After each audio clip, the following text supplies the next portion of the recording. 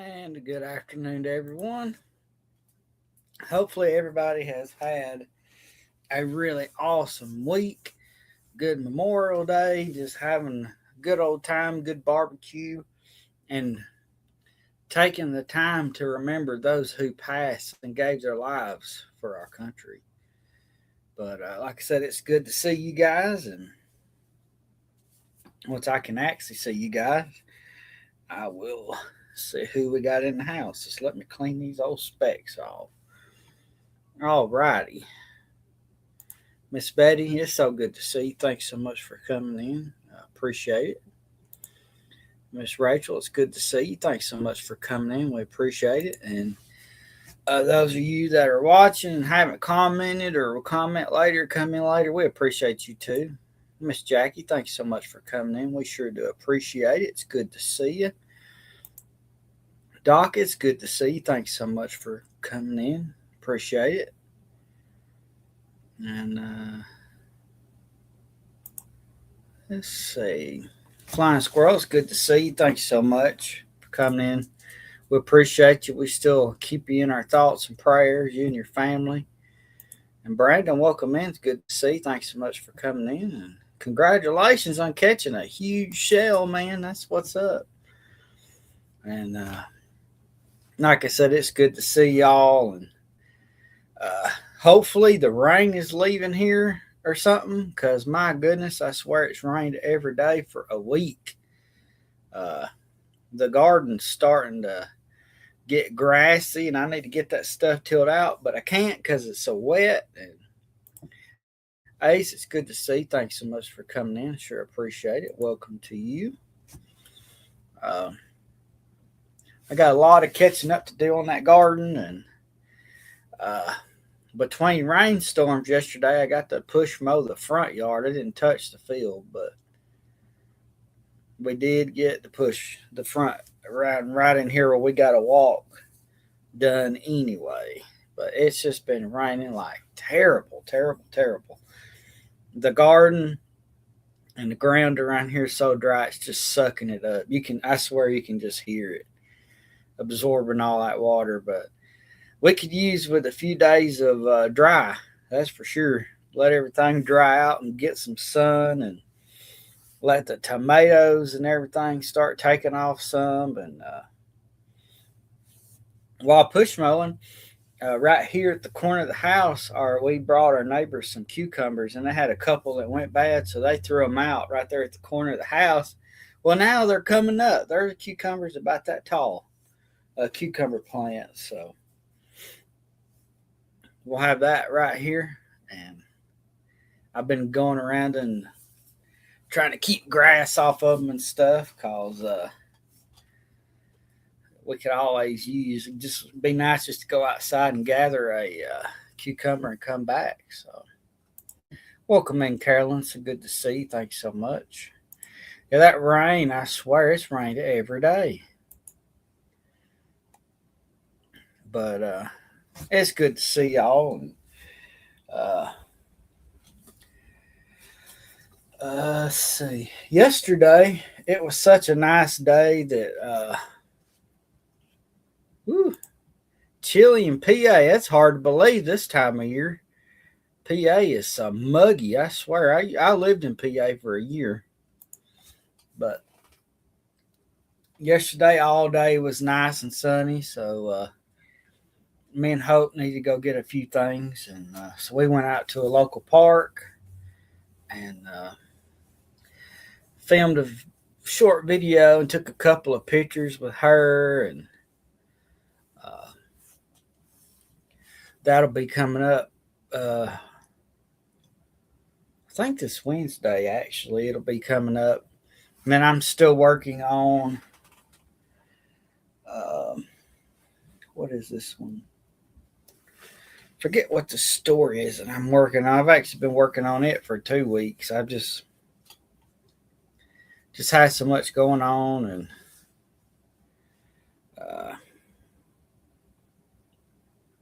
let's see. Don't want that to start playing. I'll get to it here in a second. All right. That's gone. Oh yeah. We are still working on the story we're going to be. I got the audio done. I got to start hunting video pictures and stuff to go with it.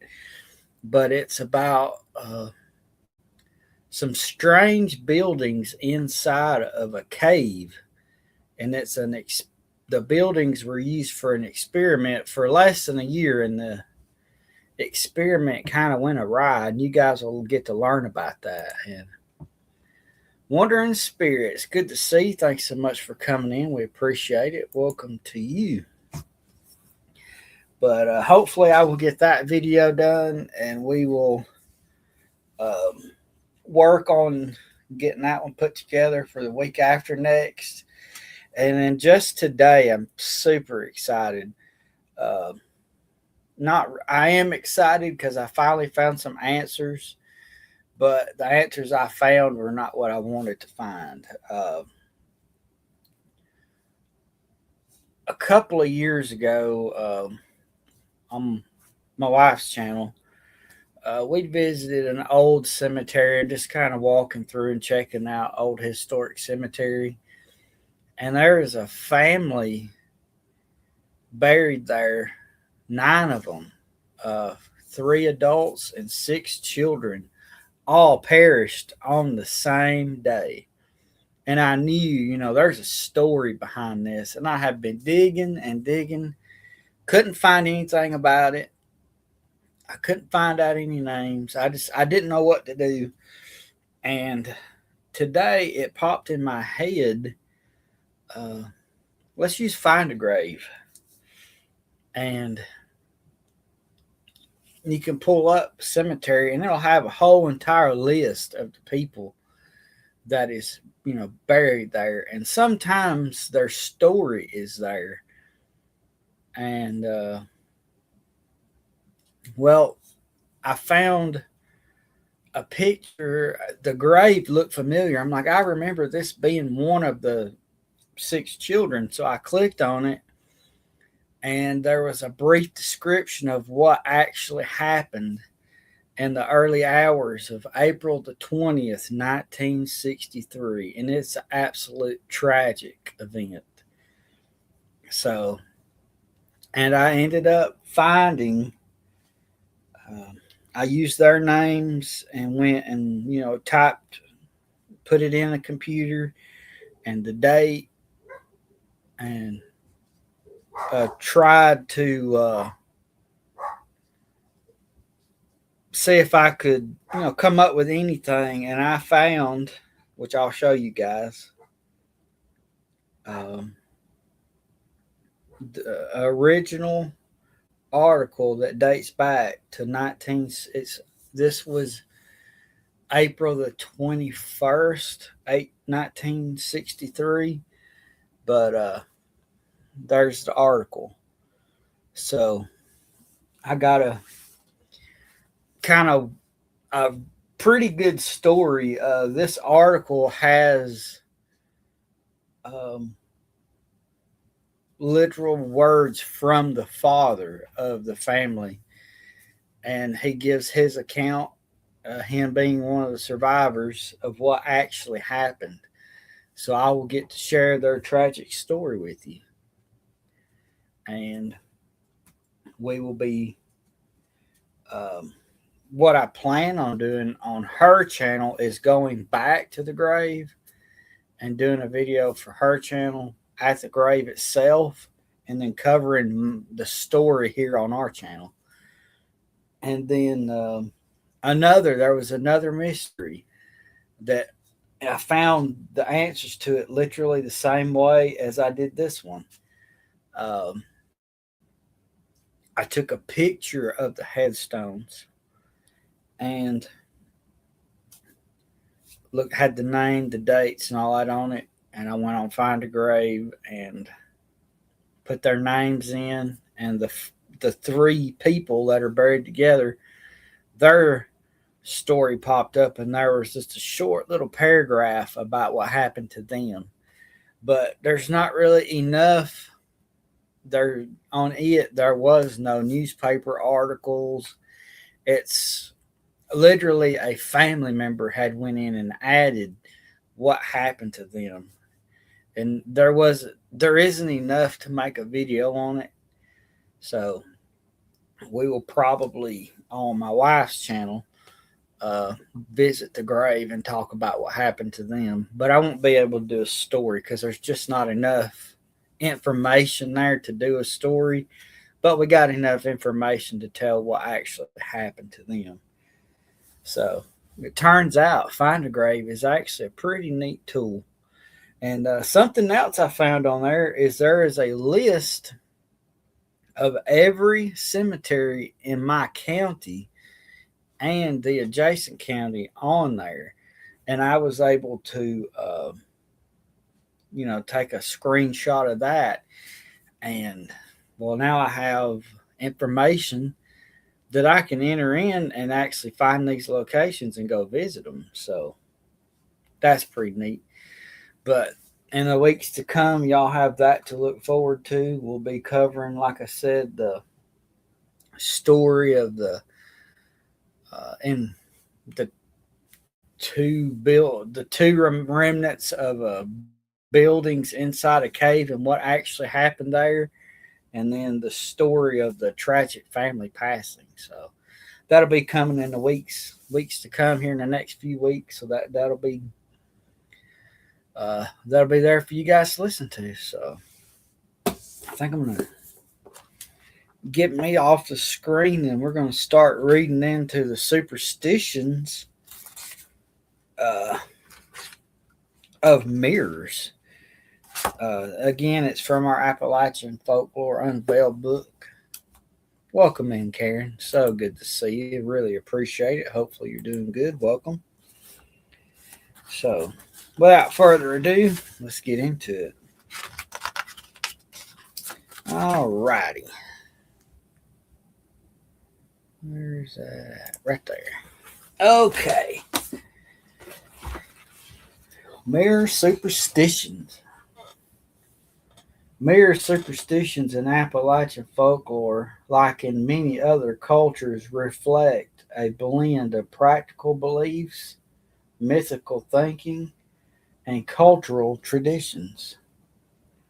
Mirrors have long been associated with various superstitions and folklore, often tied to ideas about the soul, reflections, and the supernatural. Here are some mirror related superstitions and beliefs in Appalachian folklore.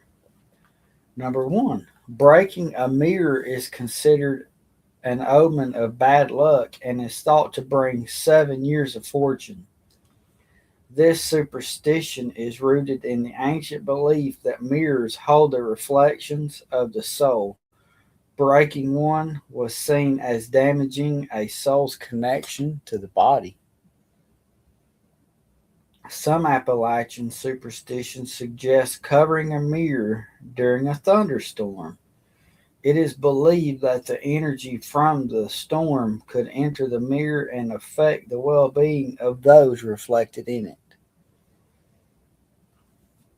There's a belief that if you see a deceased person's reflection in a mirror, it is an omen or a sign that the spirit is present. This can be interpreted as a connection between the living and the spirit world. Covering mirrors at night is sometimes considered a protective measure. Leaving mirror uncovered could allow spirits or supernatural entities to use the mirror as a portal. There's a superstition that breaking a mirror in a room brings bad luck to the entire household. Some variations suggest that breaking a mirror in a room where someone is ill can worsen their condition. Some believe caution against looking into a mirror at night. It is thought that doing so could call forth supernatural entities and attract negative energy. Mirrors are sometimes associated with the lunar cycle. Looking into a mirror during a full moon is believed to enhance divination abilities or reveal glimpses of the future. If you are pregnant and don't want to know the gender of your baby, avoid looking into a mirror at night. Some superstitions claim it would reveal the baby's gender or attract supernatural influences. Mirrors are sometimes used for protective purposes in Appalachian folklore and magic. Placing mirrors facing outwards near doorways or windows was believed to reflect negative energy away from the home. Mirrors are sometimes employed in divination and spiritual communication. It is believed that the mirrors could be used as portals to connect the spirit world. In some traditions, if a mirror breaks, the broken pieces are buried to prevent bad luck from affecting the entire household. There are some beliefs that mirrors can reveal the presence of illness or impending death. Seeing an ill or deceased person's reflecting in a mirror could be interpreted as a warning.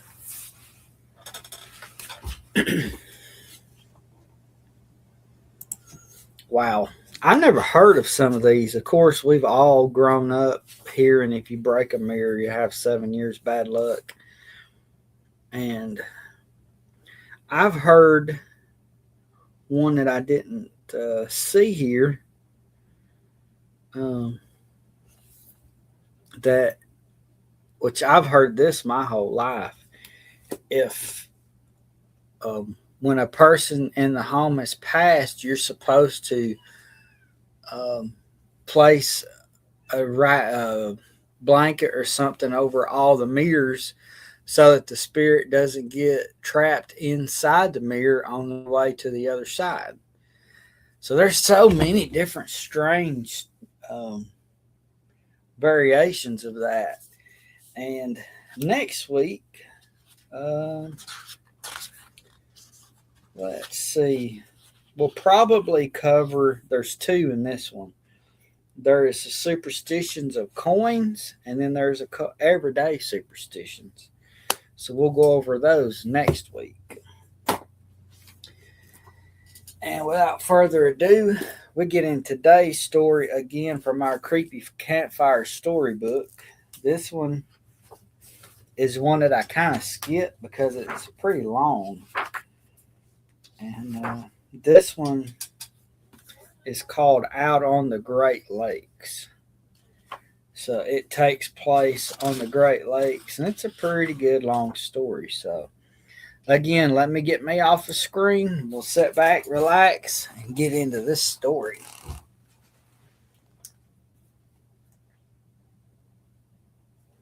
All right. Hold on a minute, guys. I didn't realize I had Autumn's phone and her brother's calling. Here, Evan's calling.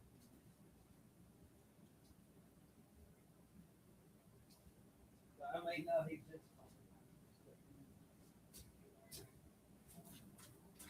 that quick, like it just quit and I brought it to me. Alrighty, I'm back. Sorry, guys. Alright. Now then, let's get back to it. Okay. A peaceful camping trip on Lake Erie shores turns into a nightmare when a lone camper encounters corpse-like creatures emerging from the water. Fleeing in terror, he returns with a friend, only to face fresh terrors. Let's see. Karen says that her Aunt Ruth believes that if a dove sits outside your house and cries for 3 days, someone's going to die. I've heard variations of that. All right. It was the sweltering summer of 2022, and the weather was a brutal cocktail of heat and humidity. An ultra cautious mix for what was supposed to be a great vacation. I hadn't anticipated starting my trip on the Great Lakes with the mercury soaring to 87 degrees Fahrenheit, but that's Western New York for you, unpredictable and unforgiving. This getaway was desperately needed, and despite the oppressive weather, my excitement remained undiminished. After days of meta-cautious research and equipment purchases, I had pinpointed the perfect secluded spot along Lake Erie shoreline, far from the bustling campgrounds and prying eyes.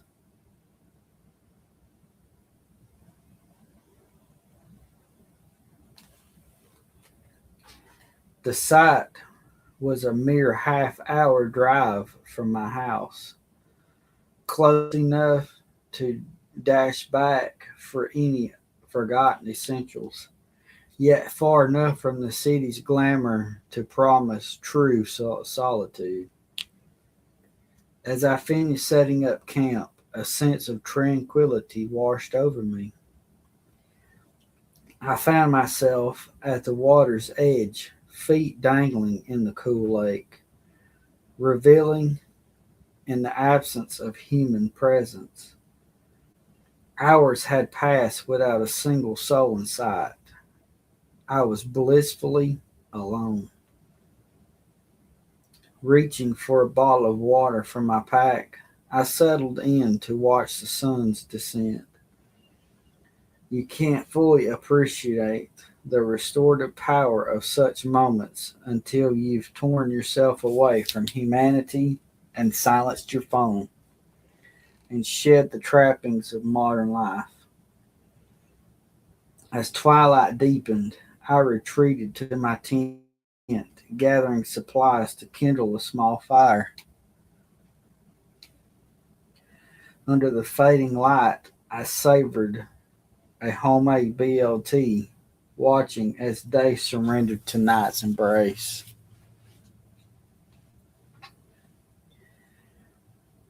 The new moon left the sky darker than anticipated, and the stars more than compensated for it. I gazed in wonder and mesmerized by the soft celestial lights and the campfire's comforting warmth. As weariness crept in, I retired to my tent, leaving the flap unzipped to maintain my connection with the night. The symphony of cricket calls, gently lapping waves, lulled me into a peaceful sleep beneath the star studded canopy. I'm not sure how long I slept before the sound of splashing jolted me awake. The sound grew alarmingly close to my campsite. The fire had dimmed to embers. Its feeble glow barely penetrated the darkness. I turned my attention lakeward, half expecting to see a large fish stranded on the shore. What I witnessed instead sent chills down my spine. A figure slightly smaller than I was emerging from the water. I could only discern its silhouette, backlit by starlight, as it moved with an unnatural gait, with its bipedal locomotion with an alien concept. The sounds it produced froze my blood in my veins. A low, raspy gurgling reminiscent of drowning victims' final gasps. Terror gripped me. I didn't wait for a closer encounter.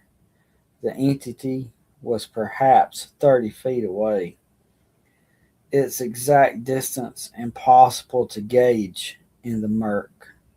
Shock and disbelief warred in my mind as I struggled to comprehend what abomination had risen from the depths. It was decidedly not human, not with those otherworldly sounds and nauseating stench of decay that assaulted my nostrils, fighting back fighting the urge to reach. I frantically grabbed my pack, car keys, and phone. Without daring a backward glance, I bolted for the tent and plunged into the dense underbrush. I could hear it lumbering in pursuit, crashing through the vegetation, its wheezing, bubbling vocalization spurring me onward. The blind panic fueled my flight. I couldn't tell how I found my way back to the car. As I fumbled with the keys, I made the mistake of flickering on the headlights. The beam illuminated a nightmare made of flesh, a bloated corpse with hair plastered with misshapen skull, skin unhealthy gray, and eyes as lifeless as a dead fish stare. Revulsions of terror propelled me into action.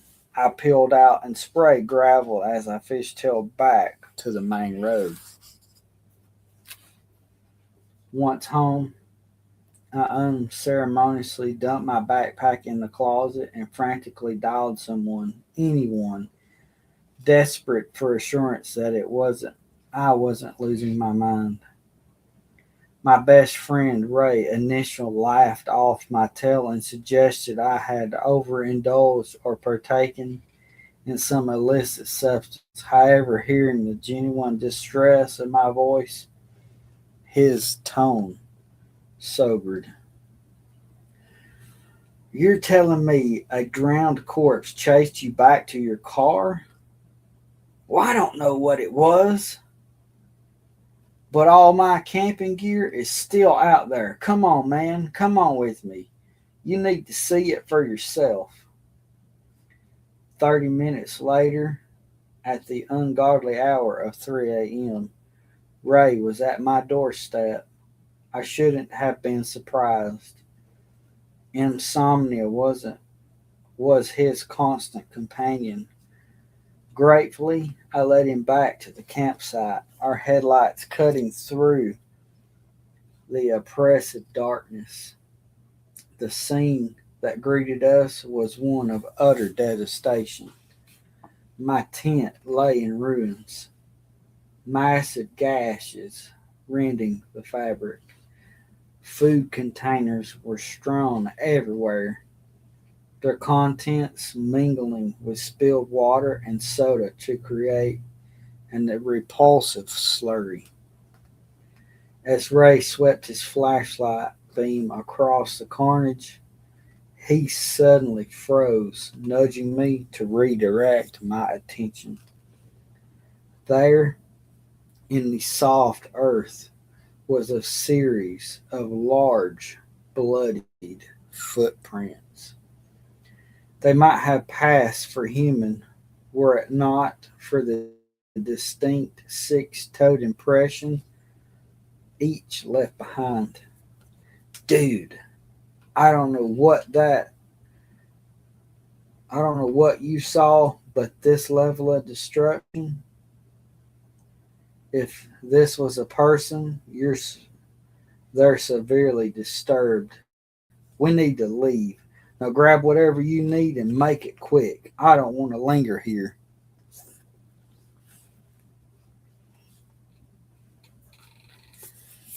There's nothing left to salvage. I just needed someone to confirm I wasn't. Splash from the lake cut me off mid sentence. Ray's flashlight jerked toward the sound, illuminating the sight that chilled us both to the core. Another corpse like figure was dragging itself from the water, its movement a grotesque parody of life. Nope, nope, go! Ray commanded, galvanized us both into action. He shoved me ahead of him as we printed back to the trail. The memory of my earlier flight, all too fresh. The stench of decay grew overwhelming. I struggled to keep from retching as I ran. I had barely reached my car when Ray's headlights was already disappearing down the road. Heart pounding, I locked myself in and followed pursuit, gravel spraying everywhere in my wake. The drive home passed in a blur of adrenaline and fear. Once safely inside, doors firmly bolted, I called Ray. You left me behind, I accused, my voice still trembling in the disorder. I'm never going back to check out anything again. Whatever that was, I'm steering clear of that lake for good. Find somebody else for your adventures because I'm not. I don't know. I don't want to know what we saw. I'm going to bed and hugging my wife and doing my best to forget this ever happened.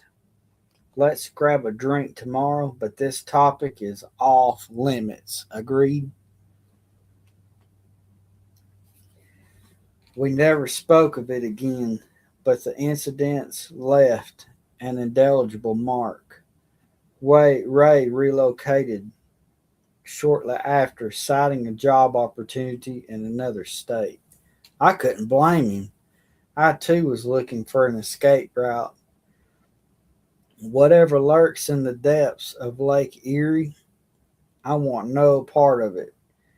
Some mysteries are better left unsolved, some waters best left undisturbed. Let's not forget the invaluable lesson for all friendships. A true friend will come to the aid at 3 a.m. to confirm your encounter with the supernatural. A best friend will outrun you when said supernatural entity shows up again. All right. Well, my goodness, folks, what a story. And welcome in to Edith. It's so good to see you, and we're so glad to have you here. Appreciate you coming in. Didn't mean to leave you hanging there. And Karen said that her uncle passed away. On the day he passed, she said, I knew someone was going to pass. He was on the riding mower and came inside and sat down and passed of a heart attack. Well, my goodness.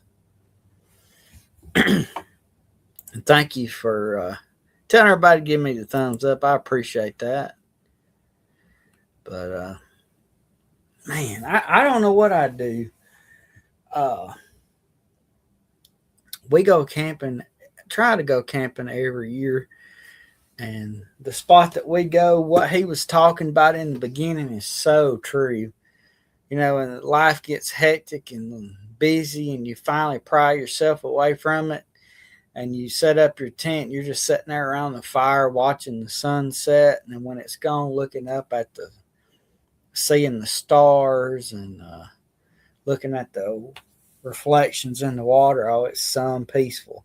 But I don't know what I'd do if something alive crawled out of that dang water and chased me out of the woods. That's the craziest thing I've ever heard in my life. But by golly, I'm glad it wasn't me that experienced it. I'll tell you that now. But definitely a crazy story. Now, that story kind of ties into what I was talking about earlier. The 9 folks that had passed. It involved camping and the river. So that certainly ties in with today's subject for sure. So, um, looking forward to getting to shed some light on the mystery.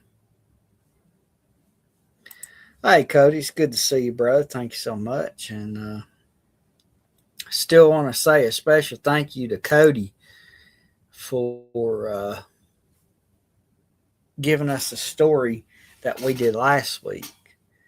Well, yesterday, actually. Uh, he sat with a lady named Miss Ruth and gave her account of kind of life after tragedy. Her father had died in the 1970 Hurricane Creek mine disaster, and she gave a firsthand account of some things that had kind of happened after. So I really appreciate Cody for that, and her as well for sharing it. A lot of people keep stories like that to themselves. And if you don't know what I'm talking about, go check out the video. Really good story. And I really, like I said, I really do appreciate both of them for sharing it with us. She said, I don't like looking at water at the night. I love looking at water at the night, but I'd rather be there a couple hours before it gets night so I know what's going on. So,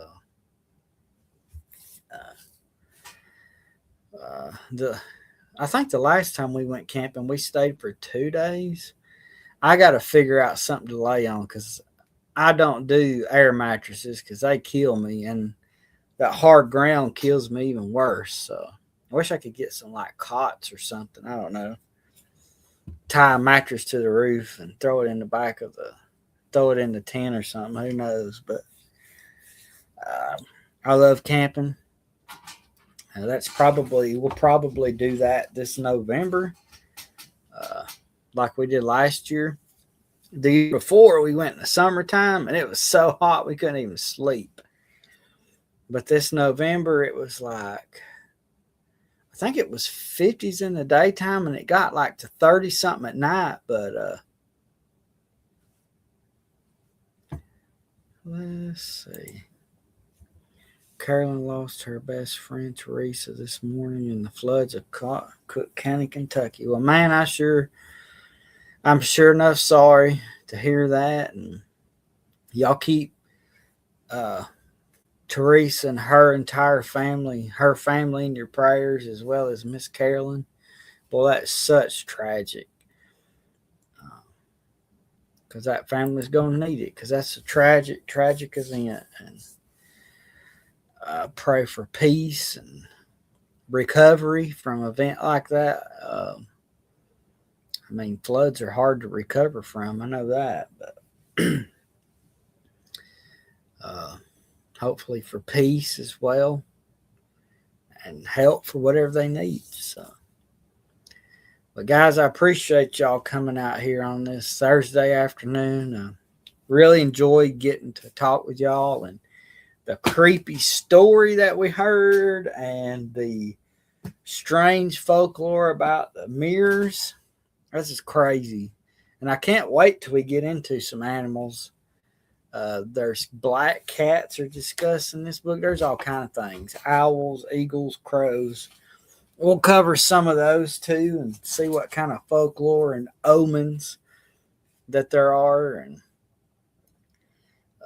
just we'll keep on going with all this. Hopefully y'all enjoyed it. Like I said, I appreciate y'all for coming out.